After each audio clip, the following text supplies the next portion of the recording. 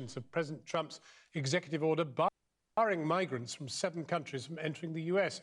We're joined from New York by Betsy McCoy, former Lieutenant Governor of New York and a former Trump advisor. Of course, New York, a wonderful center for migration and the reception of refugees right the way through history. So are you proud now of the slogan we must apply, which is "Do not bring your huddled masses"?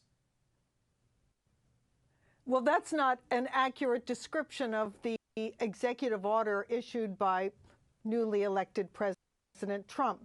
He's keeping a promise that he made to the people of the United States throughout his campaign, that he would temporarily suspend migration from the highest risk countries until the federal government could develop more effective methods of vetting those coming in. So he has temporarily suspended travel from 7 countries that were identified by the previous administration, the Obama administration, based on the most current intelligence. And that is what we are doing. He promised Americans he would keep them safe, and he is keeping his promise. Are you disappointed then that he is not including the United Arab Emirates, Egypt, and Saudi Arabia, responsible for providing 19 of their citizens who smashed up the Twin Towers and killed 3,000 of your fellow Americans, and certainly have the chance of doing it again?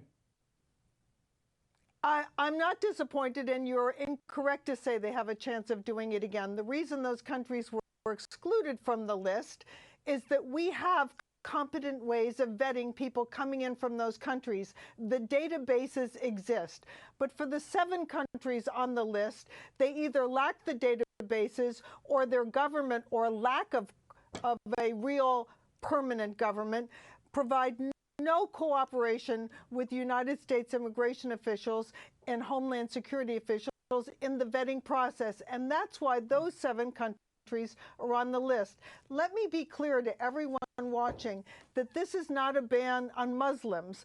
These 7 countries represent less than 20% of the Muslim population of the world. This is a temporary suspension of travel based solely on the lack of availability of data to vet those who are entering the country. Betsy McCoy, and I'd also like to point out, because we...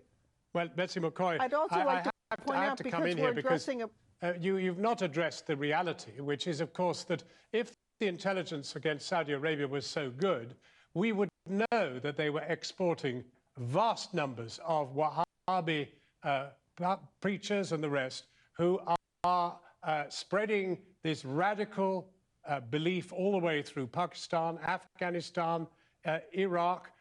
Why are you not moving against Wahhabism, which is a threat to the United States? We are, but you are incorrect when you say that the databases don't exist. We have very good cooperation with those countries in identifying who's coming in. It's the 7 countries on the list that have failed to provide the kind of cooperation and databases that are required to vet people coming into the country. And let me just add this, since we're addressing a British audience. The Pew Foundation, an international research foundation, nonpartisan, has recently asked people in England what their thoughts are, and 52% of those polled say that they believe that travel from that part of the world does pose a risk to their safety in terms of terrorism. Okay. And 72% believe that the European Union is not doing enough to protect Europeans from the risk posed by terrorists coming from the Middle East. You'll have heard today that the President of the European Union or European Council has stated that America is an external threat to Europe. But let me move you on to another issue, which is that of Steve Bannon, who was the editor of a right-wing website and who is being given precedence to go into the National Security Council and attend all meetings above and beyond that which is being accorded to the chairman of the Joint Chief of Staffs. Well, I think you're nitpicking and distorting what is an internal decision by a White House staff about who attends what kinds of meetings.